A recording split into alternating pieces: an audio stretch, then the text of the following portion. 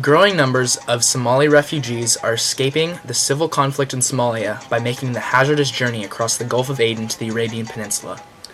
Ever since the collapse of their government in 1991, Somali men, women, and children have been arriving at the port of Basaso to buy a passage in small, open fishing boats to Yemen, where they are given automatic political asylum.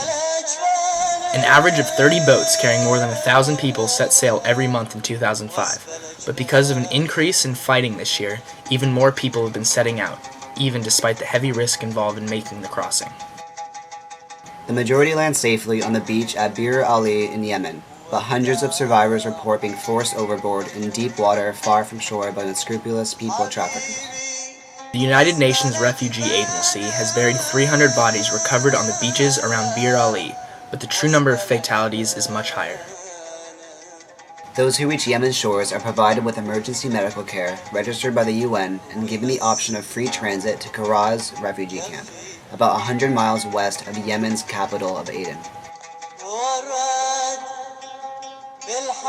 With only a military escort, are outsiders allowed to visit the Karaz camp, which is home to 9,000 Somalis and a small number of Ethiopians. This is a recent precaution designed to prevent trouble with the local tribe, who believe that refugees in the camp have access to better facilities and services than Yemeni nationals. When asked about her journey to Yemen, Anab Ibrahim Mohammed responded,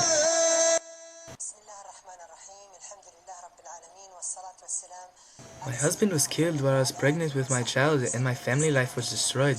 As soon as I was strong enough and had saved enough money, I went to Bosaso.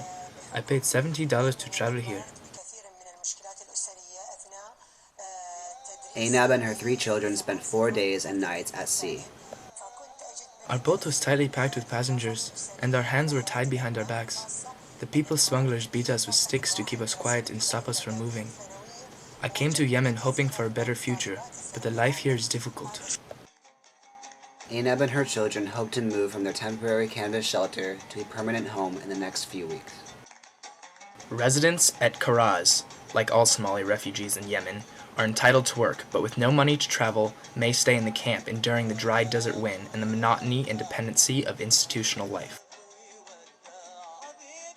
The majority of Yemen's refugees choose to fend for themselves, however, making their way to the capital, Sana'a, and other urban areas, like Basatin, Shantytown, and Aden.